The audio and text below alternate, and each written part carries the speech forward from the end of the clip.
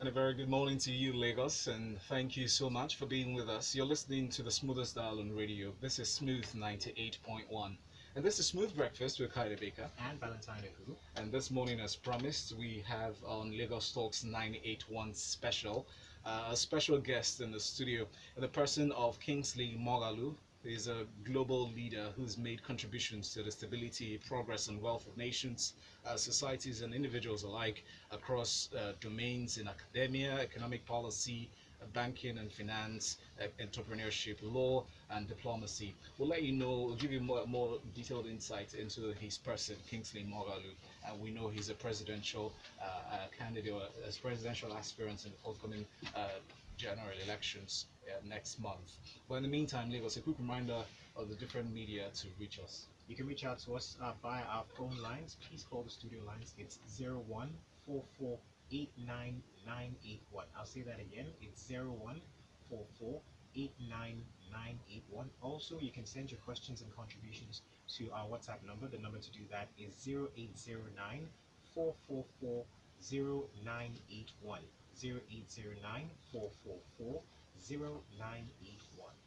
Lagos is very important for you to call because the show is about you. Lagos Talks 91 gives you a chance for you to talk, all right? Gives you a chance to talk. Kingsley Moghalu accepted our invitation to the studio so he can answer your questions. All the questions you have for him, send it through WhatsApp. If you can't call, if you're driving right now, I would advise you to send messages to WhatsApp on 0809 444 0981, but preferably call 01 Welcome, Kingsley. Welcome. Thank you. Can I call you that? Oh, yes, of course. All right. Absolutely. Yeah, Good thank you so much for having me. Good morning. So we've been very anxious to speak with you. We understand that you worked as the Deputy Governor of the Central Bank of Nigeria, Yes. and for 17 years, you worked for the United Nations as well. You led successful work in national reconciliation and nation building in fractured societies, risk management, management reform in the United Nations, and you raised a lot of money, billions of dollars, so social investment in developing countries by the Global Fund to fight AIDS, tuberculosis, and malaria in Geneva. And Kingsley Moghalu was educated at the London School of Economics and Political Science, the Fletcher School of Law and Diplomacy at Tufts University, University of Nigeria as well, and some other areas. But we'll get to know him more. In the meantime, the area of discourse for today is on the call for restructuring and a growing need for infrastructural development. My first question for you is, why politics? That's a very good question. Somebody interviewed me on AIT many months ago, and he looked at me and he says, what led you into Yes. this? A fine man like you, what's wrong? What led me into politics is simply that I am a committed, proud, and patriotic Nigerian, and I really just got sick and tired of being sick and tired of the absence of leadership in this country. I got tired of the poverty, and I became very worried about the future of my children and many young people in this country, because I know that on current trends, the future is really bleak. We don't know how bleak it is. We pretend or we gloss over it. Look, by 2050, we'll be 400 million people in this country. And if you have the current trend of unemployment, what does that mean? There's going to be a massive implosion. When you have poverty rising, we're the poverty capital of the world now. Then you have the unemployment, then you have the population growth, which is unrestrained. Then it's a dangerous cocktail. So for those of us who can, see into the future analytically, we're not prophets, but it becomes something that is existential. And I said to myself, look, all my success, I've been a professor at, one of the world's leading schools of international affairs, the Fletcher School at Tufts University. I was teaching international business and economic policy after my time as deputy governor of the Central Bank of Nigeria. And, all that one did in the CBN and the United Nations. I asked myself, what does all that mean? Nothing. If the society you come from continues to be more and more degraded morally, in terms of the collapsed value systems, economically, in terms of the poverty, and physically, in terms of the very weak infrastructure. So I decided that I had to throw my heart into the ring, to bring a vision, to share with Nigerians a vision that I have for our country, and see if we can be bold enough and courageous enough to turn away from the old recycled politicians who have enslaved us mentally into thinking that there's no option but them. And let's see if we can go into a new way. So your party is called Young Progressive Party? Yes, the Young Progressives Party, YPP. Alright, so somebody asked me, I mean, you say Young Progressive Party, you represent the party and their flag bearer for the presidential elections. Yes. Some would argue that you're not that young. You're 56 years, correct? I will be 56 years. You will be. This year. I'm definitely not old. Okay. you know, anybody under 60 is still young, in my view. Okay. You know, so, but I'm not a rookie. You know, I'm young, but I'm experienced. Okay. And I think that's what we need. We don't need, it's good to be young, but that's not enough to be president of Nigeria. The presidency of Nigeria is not for Boy Scouts. It's for people who understand and have relevant cognate experience about what a president will face on his desk every morning. And there are three things. One, nation building Nigeria through institutional leadership. You know, people don't understand what nation building means. Nation building means, formally defined, you know, building the identity of a state through the institutions of the state. You understand? Building a national identity through the institutions of the state. So nation building involves statecraft. You see what I'm saying? It's not, you know, some people think it's, oh, you know, I'm speaking motivationally to groups of young people, so, you know, I'm a nation builder. That's not what nation building actually means.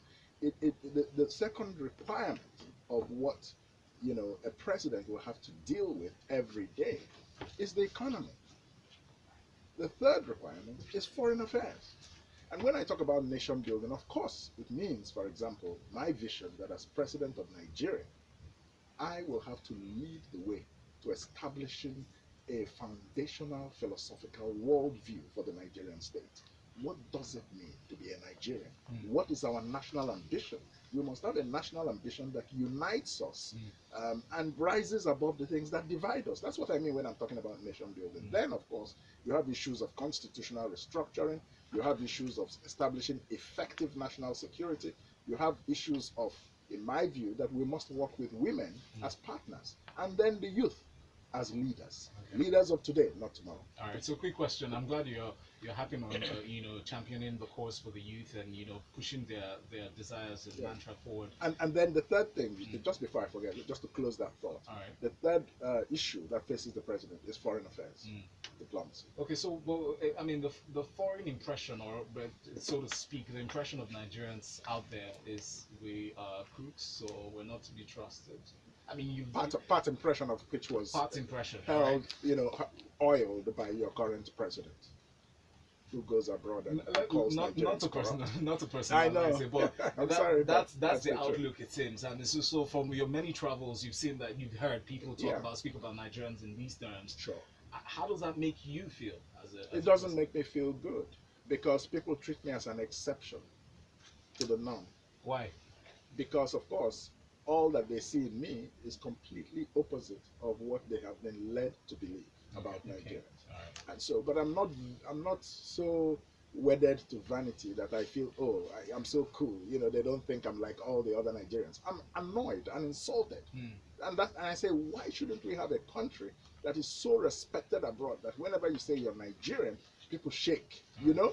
That's where we need to be. All right, give us a second. Kingsley Moghalu is in the studio with us. He's the presidential aspirant for presidential candidate of a Young Progressive Party, and he's here to answer questions relating to restructuring, because he's been championing that cause of pushing it forward as part of his conversation with you, as well, on the growing need for infrastructural development. Remember to call us. Please call this number 0144899181, or send in your questions via text or WhatsApp message to 0809 444 981. You're listening to Smooth Breakfast with Kayode and Valentine. Stay close.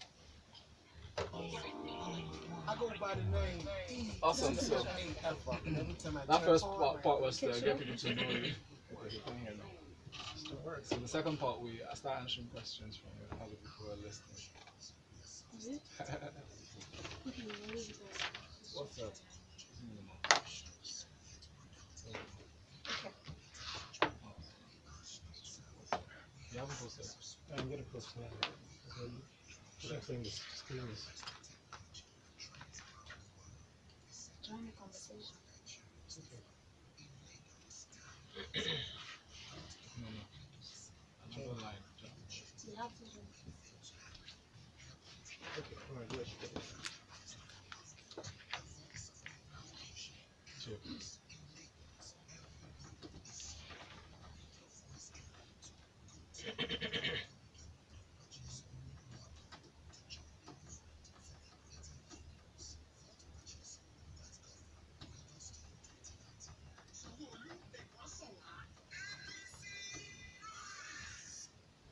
What's the number?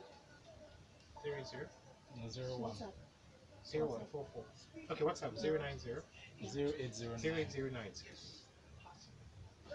444 091. What's the number?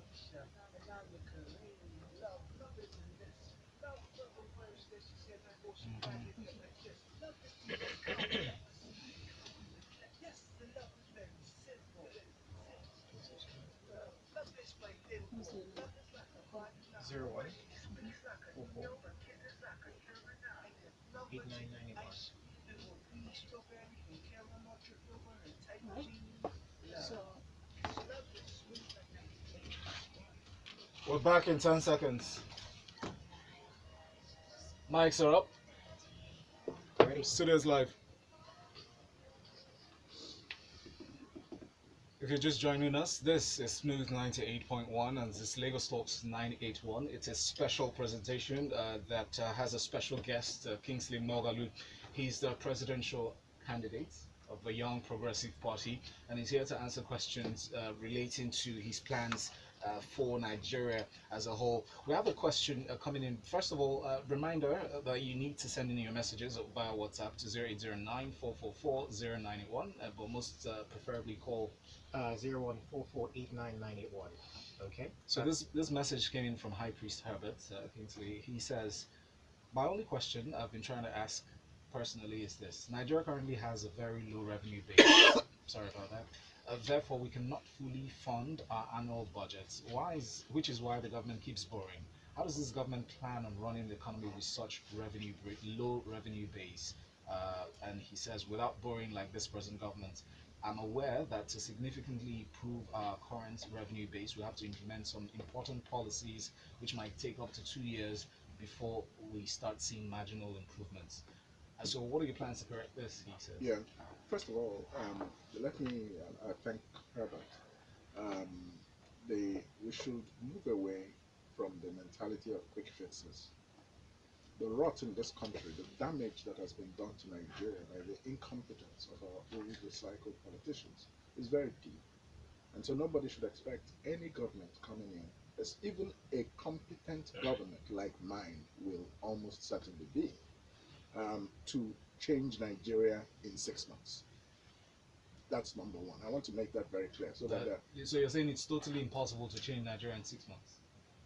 you can change some attitudes foundationally very early, and I intend to do that. And then within 6 months, people in Nigeria will get a sense that this is not the same country they used to know. What sort of attitudes? In terms, first of all, we will appoint our cabinet quickly, and they will be made up of competent people. Within 48 hours of swearing in, I will announce my cabinet nominees. No question about it. It's not going to take 6 months. That's number one.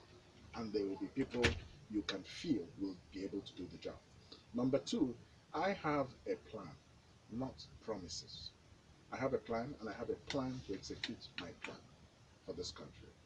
And that plan will be driven by 4 units in my presidency. The Office of National Strategy, the National Office of Risk Management, the Office of Performance Management, and then the Office of Human Capital Development. These are going to be the 4 driving units of my presidency. That is to say that we will take a business-like approach to addressing the problems of Nigeria with a strategy, risk managed, performance managed, measuring process. You see what I'm saying? Yes. Okay. Which you don't see in governance in Nigeria, certainly not at the federal level. We haven't seen it. Mm. So now, when it comes to the economy specifically and the fiscal side of it, which was the question Herbert was asking, my government is going to have a moratorium on foreign borrowing once I become president. We will not be going a borrowing because he who goes a borrowing goes a sorrowing. So that's number one. So where's the money going to come from? I was coming to that. I always lay the foundation of things. You know, if you know me well, you know that I don't deal with things on the surface. I'm not a surface type of person. Okay. You know, so now in terms of where the money will come from, it will come from two main sources.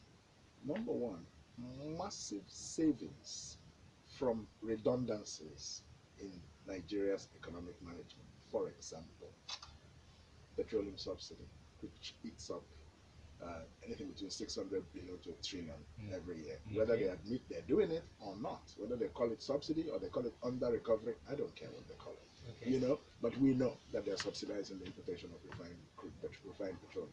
So that's going to be a first massive saving. We're going to stop it, and that will give us huge savings. Then we are going to make the cost of governance much more manageable in the way we run the country. There are many wastes. There's wastage in the budget. Okay. Every budget that my government submits to the National Assembly will undergo a forensic audit before it is submitted to the National Assembly. That way you eliminate budget bias. Okay. Straight off the bat, which is, I can tell you, at least a quarter, but possibly a third of the federal budget. A lot of waste goes on in this country, and people just don't realize it. Because leadership, what people call leadership or politics in Nigeria, is a political industrial complex. It's the biggest business in town, you know? So that's another way. Then we're going to expand the tax base. We're not going to increase taxes, but we're going to expand the tax base because there's a lot of people who should be paying taxes who are not. We will have a social contract with the Nigerian people and tell them, look, if you pay your taxes, here is our solemn promise to you of what your money will do.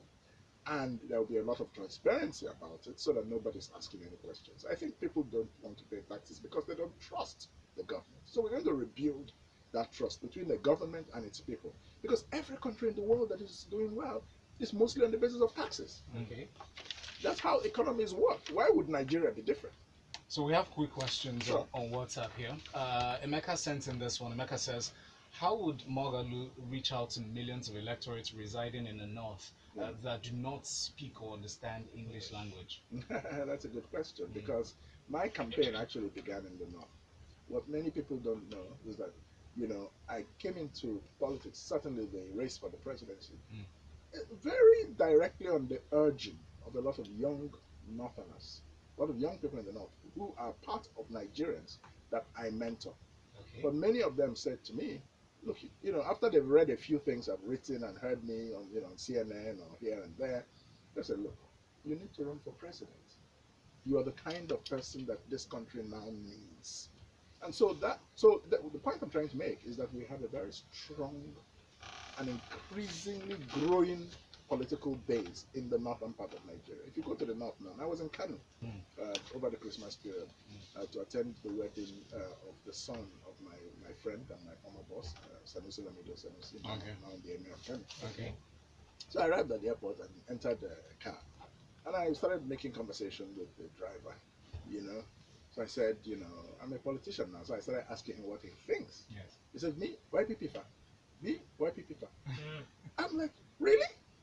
He said, Okay. yeah. Yes. And you had no idea who you were. I know, he had no idea who I was, to be very honest. Okay. He said, me, YPP fan. YPP fan. I said, so what about Buhari? He said, Bad Buhari. I said, what about the PDP?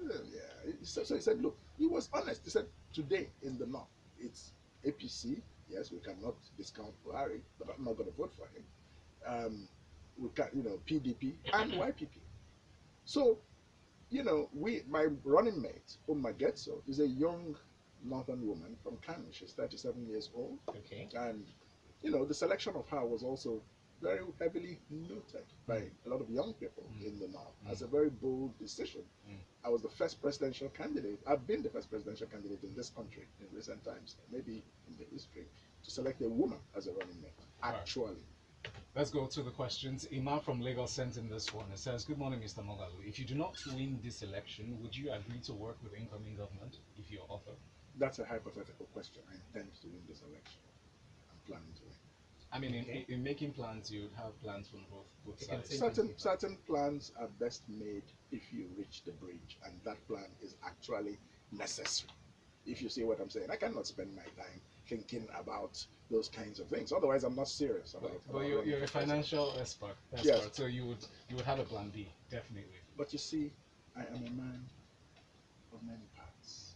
There are many things I can do.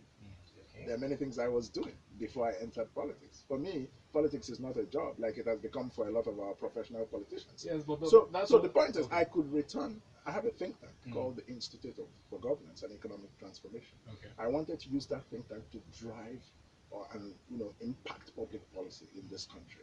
That's something that is always an option. I could return to being a professor. I could return to running my business.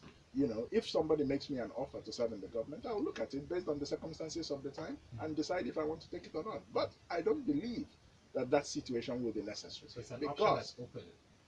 you see, you cannot rule out those kinds of things or rule them in. You cannot say, oh, I'm going to serve in the government. Oh, I will never serve in the government. You don't control the future. Okay. You So- see what I'm saying? Yes, but the reason why I asked you that is But the more because important point is Yeah. that we are going to win the election. Let's Alright, focus on that. I but can the- tell you how we will win I'm it. not focusing on the other side, but the reason Okay. why I asked you is because the lack of plan thereof Yeah. might be the reason why we're here I know. right now. I understand as that. Nigeria. I understand that. But- But you see, the reason why I don't like answering this question Mm.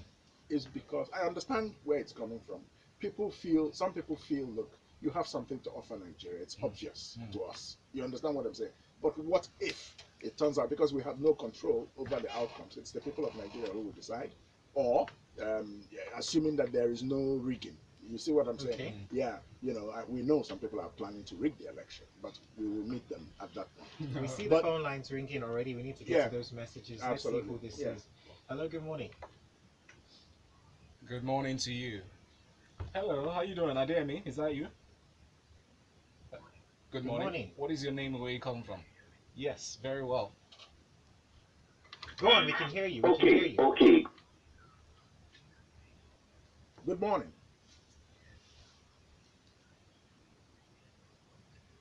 Thank you.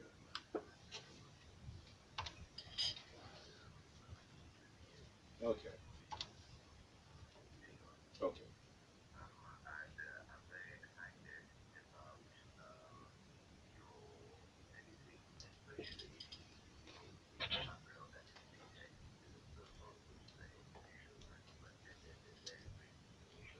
Thank you. Ademi, for the purpose of time, please go straight to the question.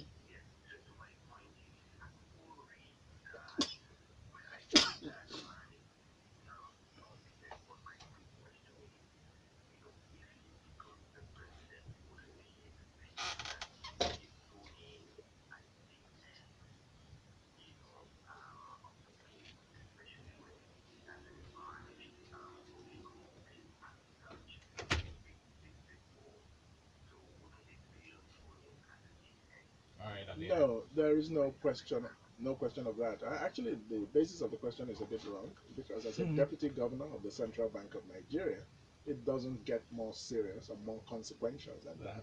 The consequence of error in that job is very high. And I was a member of the Committee of Governors. I was Deputy Governor for Financial System Stability. And I led the implementation of reforms that stabilized and saved Nigeria's banks from collapse after the global financial crisis. I led, as Deputy Governor of Operations, reforms to the payment system, which included the introduction of the bank verification number in Nigeria. I led the introduction of the BVN. Interesting. So many people don't know these things. So, but because I haven't been a loud politician, so I'm trying to say to you that I have institutional leadership experience in public office at the very highest levels, and of course, my time in the United Nations was also very important because that's a public Service. public service at an international level. Mm. Yes, so no, have no fears about that at all. Actually, I'll be working in as an ace, as a pro. Interesting. Somebody had a question earlier. One of the messages we read, and he had a question around population. So what's okay? Yeah, well, we have it here. Emma from Lagos. It says, in your view, what is Nigeria's true population figure? Because I mean, based on your background and statistics, you seem to have a strong grasp of Yeah. the number from the BVN history. Yes, I know that there are controversies Yes. about Nigeria's He population. said most of the politicians give us bogus numbers and figures. I believe that the statistics that are out there, mostly from the World Bank, because we have not been keeping up our census properly, I think between 180 million and 200 million. Okay. Okay. I believe so. Let's see who this caller is. Hello, good morning. Good morning. How you doing? Oh, Divo, welcome. Where are you coming from today? All right, please go ahead with your question. You're welcome. Thank you. I know most times people might react initially to your ministry and how well you were competent in your job, but for those of us who have a greater understanding of Nigerian politics and society, when the chips are down, Yeah. it's not about competence, it's not about merit, Yes. it's not even about who can handle and even a dummy Yeah. should be voted in. Exactly. Politics is highly sentimental. That's true. Tilted towards religion and tribe. How do you intend, and then the monetary side, how Yeah. do you intend to raise it? Because I'm afraid that the required grassroots,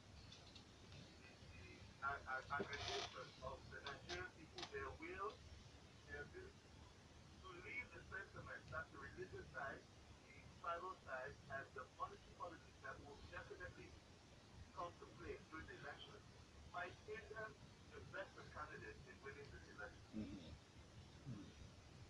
So what you're saying, what's the plan? Yes. Good. Very good question. Thank you very much. I mean, you're correct in saying that Nigeria's politics has before now been based largely on ethnic, religious sentiment and money driven. But you see, we're at a historical moment. Communism existed for 80 years. The Berlin Wall fell. A black man could never become the president of the United States, could never, quote unquote, but Barack Obama won and became president and served 2 terms. A person like Donald Trump was not supposed to be the president. Everyone thought we were walking to the coronation of Hillary Clinton. We woke up in the morning and Trump was the president. Emmanuel Macron was not he was a technocrat like me. He was not regarded as a serious player in the political stage in France. But only towards the 11th hour, he acquired a very strong momentum and rode to victory. So the point I'm trying to make to you in saying all these things is that there is always a time when something that has never happened before happens. And in Nigeria, 2019 is that time, I believe. And if you see how my candidacy has grown, from nowhere in February when I announced I'm not a politician, till today where we are now the third force, effectively, all the independent polling confirms that outside the APC and the PDP, the YPP and Kingsley Moghalu are the next thing in the minds of most Nigerians. Okay. So when you look at that, you can see that already we are reshaping possibilities. We are reshaping the narrative, if you see what I'm saying. And what's to say that between now and February we will not overtake them and beat them at the polls? In less than 4 weeks. It is possible. All right. Oh, sometimes elections turn on what happens within a week. Time and chance. Lagos, Lagos. happened to every man. You're listening to Lagos Talks 91. There's a special with a special guest, Kingsley Moghalu, who's representing the Young Progressive Party. We'll answer more of the questions. Send in those questions through WhatsApp to 0809 444 0981, or you can call us preferably on 0144 89981. Let's take this short break. We'll be back with more. I wanted to. Are you okay? I wanted to finish answering that question. Okay, so we'll come back to it. Yeah, we'll come back to it. Yeah.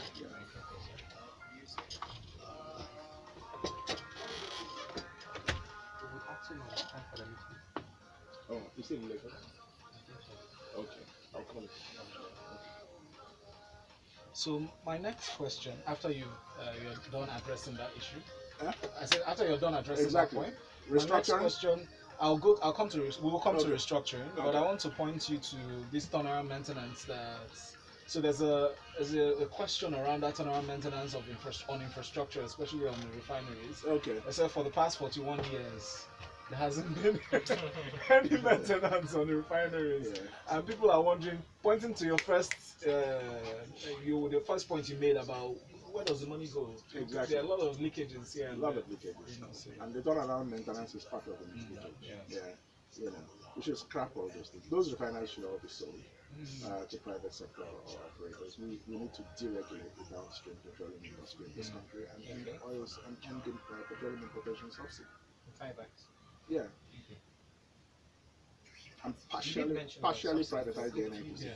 If you take out subsidy, then what then happens when oil prices go up? That's a good Would point. there not But you be- see, if you deregulate the downstream petroleum industry and the refineries Yes. begin to work more and more in Nigeria, the whole question of importation of petroleum begins to go down. But the first thing you said, And even the importation of refined petroleum become an open business for anybody. It doesn't have to be.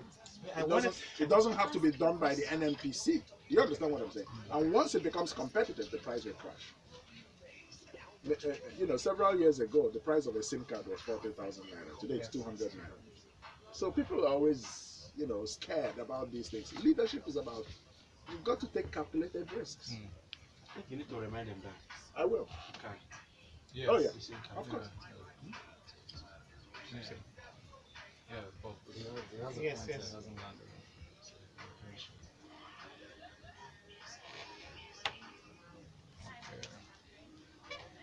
So time flies on the show.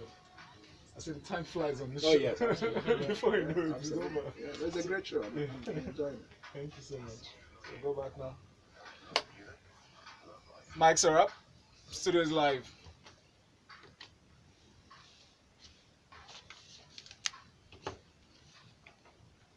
Good morning to you, Lagos. If you just joined us, you're listening to Lagos Talks 981. It's a special today, and it's a part of Smooth Breakfast with Kayode Baker. and Valentine Ohu. And this morning we're having a special on the call for restructuring and the growing need for infrastructural development. Our special guest is the candidate representing the Young Progressive Party, Kingsley Moghalu, is in the studio live and present to answer your questions. So please keep them coming into 0144899981.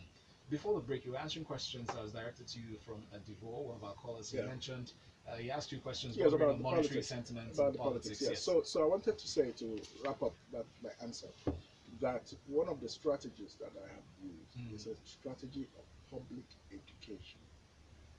We are educating the Nigerian public, first of all, on their power as voters to decide their own destiny.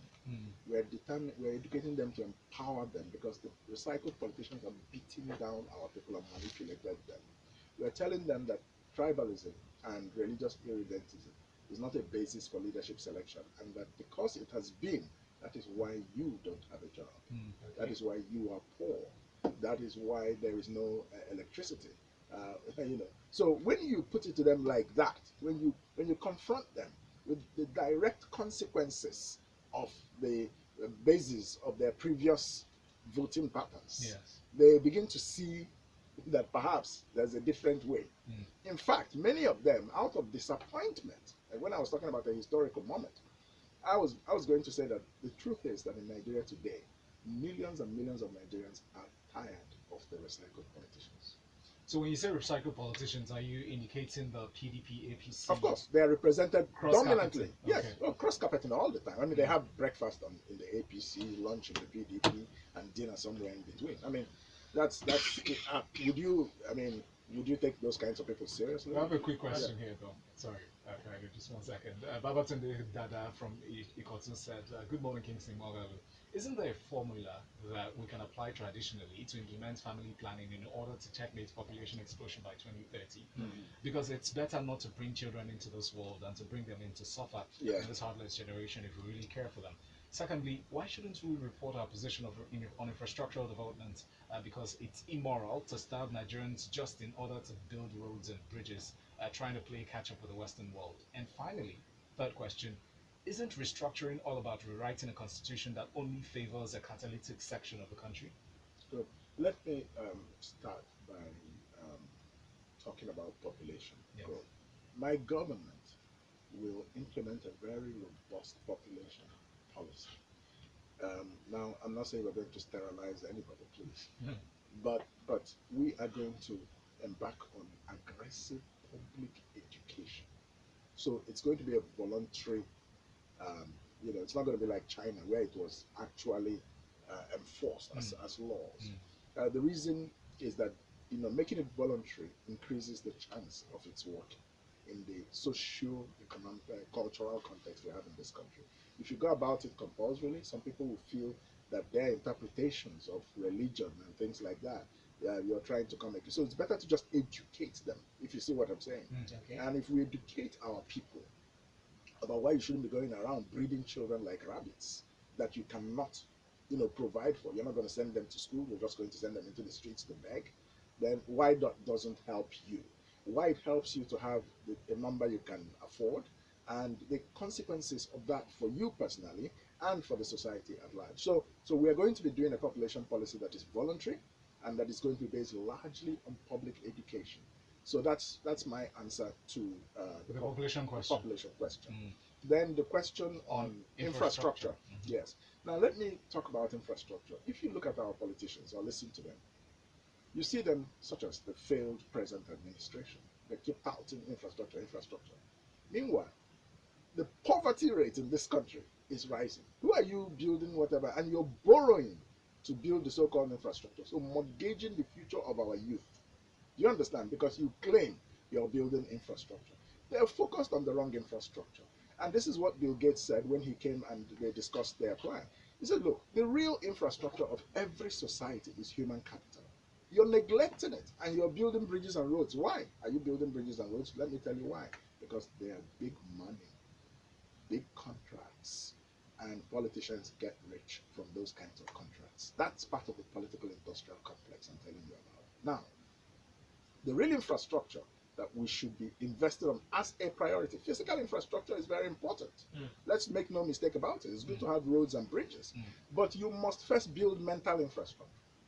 If you have not built your mental infrastructure through the educational system, through giving people skills to be economically productive, you're building roads and bridges that poor people will be walking on and looking at in amazement, but they're still poor and have no job.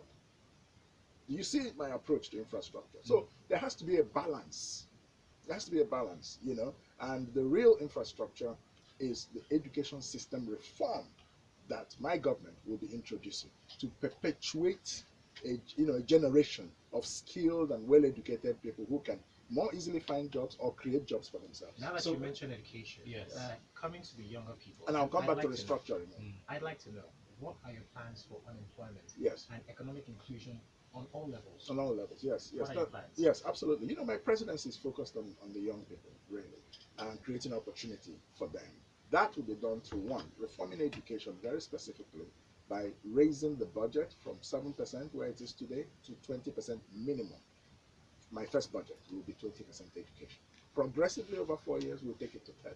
Now, what will that do? Because you can increase the budget and it still doesn't solve the problem. You see what I'm saying? Okay. If it's wrongly allocated to contracts and contractors, salaries, and so on. We will invest it in the following way. One, teacher training. We're going to retrain teachers in this country, recertify them so that they're fit for purpose. Our children, the quality of our children's learning depends on the quality of their teachers. Number two, we will invest in curriculum reform. We're going to move the curriculum more towards technology, more towards skills-based learning, more towards entrepreneurship. You see what I'm saying? Now, then we will invest in reforming how our children learn. Our children just cram and regurgitate in exams. Yes. We're going to train people to think more innovatively and to be interrogated. I'm a professor, so I know this personally. And then, finally, we will invest in educational infrastructure. There's no reason why any public school in this country should not have laptops for every child, should not have the appropriate learning aids. So So that's my attitude to my approach to education. I think it's a very foundational issue Okay. for this country. So, but then maybe should I talk about restructuring? Just give us a second because Okay. we need to take a break. And when you talk Okay. about when you come back to talk about restructuring, before you get to that part, I would like you to address the inherent problem that is in our faces. ASU is on strike. They Yes. still Oh, we absolutely. haven't reached an agreement with the federal government. Absolutely. We have about 46 federal universities and then more than Yes. about 76 Yeah. private universities. I'll look at those areas as well. Absolutely. Lagos, you're Very listening to important. Lagos Talk Special with Kingsley Moghalu here on Smooth Breakfast with Kayode. And Valentine. Good morning. There are lots of messages and calls coming in. So what we'll do is after you answer that question, we'll go to the messages and read as many as possible. So we'll be crossing them out. Messages. Oh, great. Awesome. Going well. Awesome. We'll have 10 minutes more. Oh, really? Time flies. It does. No, we must deal with restructuring. Yes. Very important. But I'll deal with ASU and strike. Yeah. And then we go to restructuring. I'm sure we can have time to go to If we can wrap up the education discourse in 1 minute. 1 minute? Yes. Yeah. We'll, it's okay. Huh? And we know. Can. To 10 o'clock. Okay, this next time comes at 10. So we can stretch it Yeah, to There's news at Good 15. morning. How are you? I know, but the news comes. 9:50. Oh, Yeah, we can.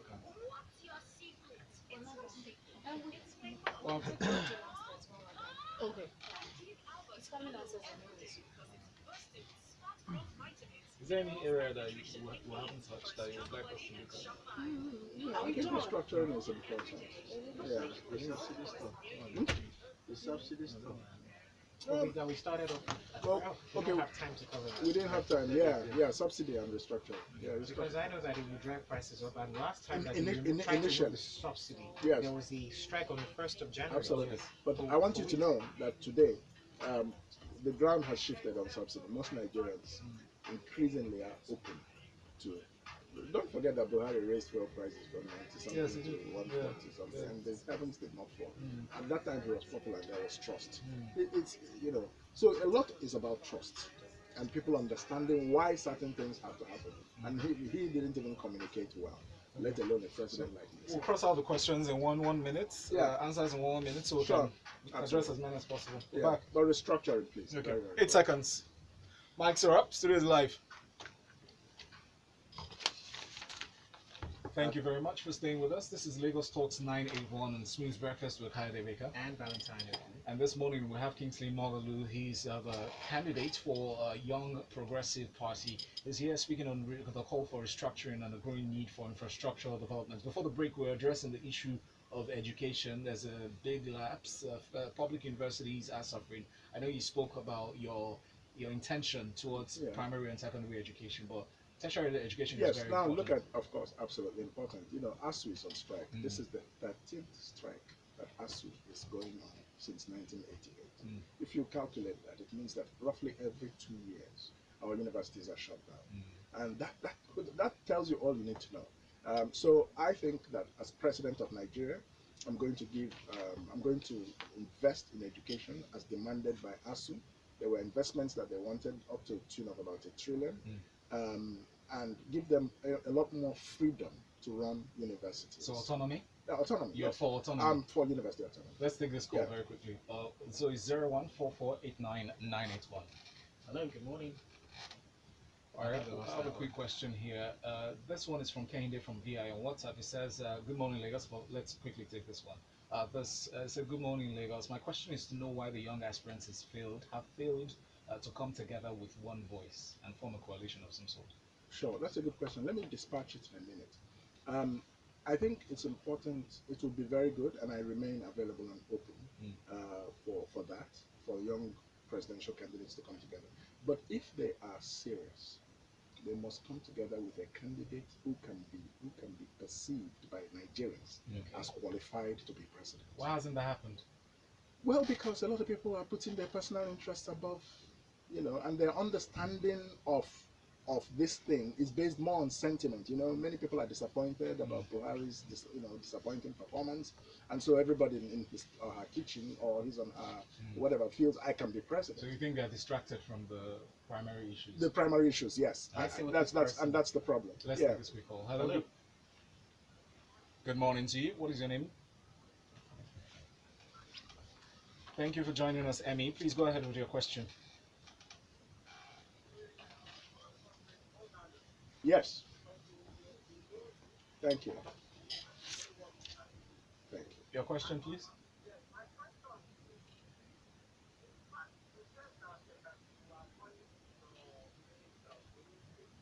No, within 48 hours. Of course. Right now I have about half of my cabinet ready.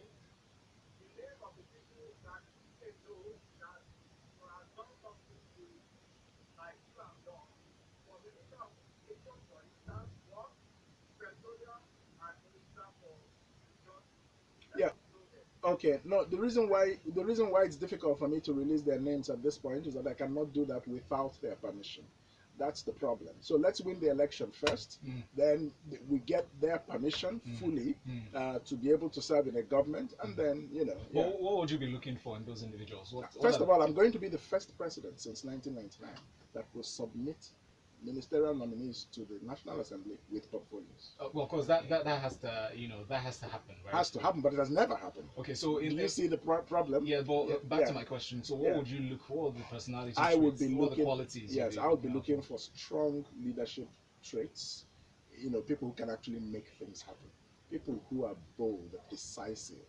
People who have Nigeria's interest at heart. Who are not irredentists of ethnic agendas or religious agendas, or I don't. Yeah, and we'll be looking at people who have some relevant experience, strong relevant experience to the subject matter that you're assigning them to.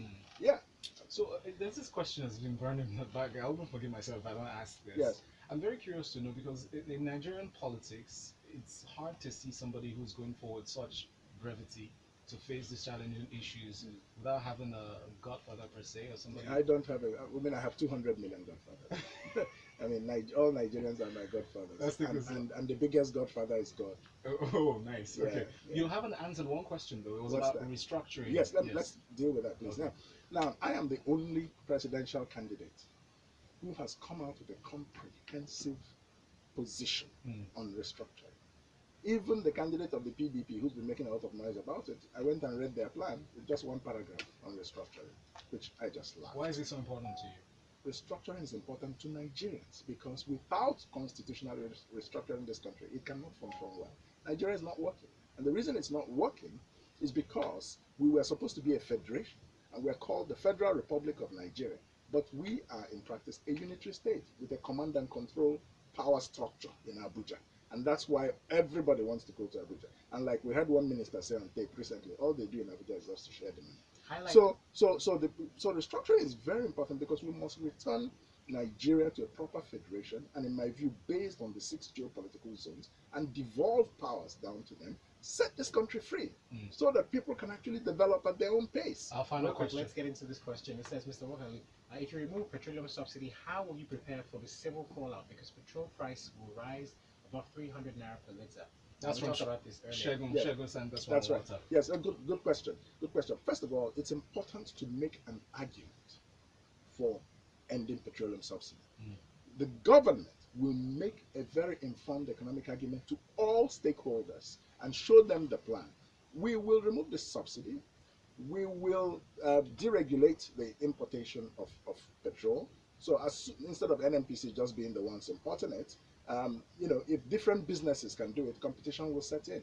Don't forget that several years ago, a GSM SIM card was about 40,000 naira. Today it's 200 naira. So once there is competition and deregulation in the downstream petroleum sector, even if there's an initial, prices, if there might be an initial spike, but the prices will go down. One of the things about leadership is that you must learn how to take, you must be able to take calculated risks. Leadership is not always a popularity contest. But the federal government, based on the 2019 budget that's been presented so far, they're hinging it on the expectation or the anticipation that the Oil oil price prices will remain, as always, they're over optimistic in their Well, expectations, the and that's optimism why. seemed to have paid off last week. It No. rose to $60 per Oh, barrel. please! It rose to $60 a barrel. Yes.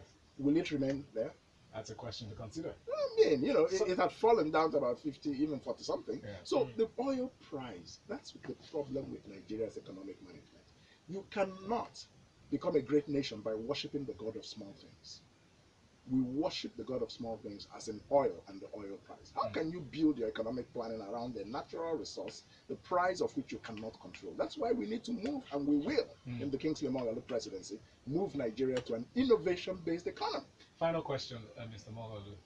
Do you think Nigerians are willing to change? That's what They are willing. Tosin They are willing, but many still lack the courage. That's why I told you we're in a historical moment. Many people have now realized that, look, these politicians are not working for us. It's time for more competent and knowledgeable leaders, right? The question is the courage. You can want something, but would you have the courage to act based on what you want? And that's all I ask Nigerians. Go to the polls in February. Have the courage to vote for the YPP, the Young Progressives Party. It's the second to the last party on the ballot. And put your thumbprint on history. We're not campaigning here. I know. Anyway, we're not campaigning. But what is your Twitter handle? At Moghalu Kingsley. Right. That's my Twitter handle. And Instagram is the same, at Moghalu Kingsley. And Facebook is Kingsley Moghalu Global. All right. Thank you so very much for honoring our invitation. And we're very pleased to have had you here. Thank you. Lagos, thank you very much for joining us on Smooth Breakfast. We'll be back again tomorrow, 6 a.m. bright and early. Make sure to send in your questions through to Twitter at Smooth981FM. Sincere apologies for not being able to exhaust all the questions you have, but we'll be addressing more of these issues as we go along. All right? From Kayode and myself. Good morning. Good morning.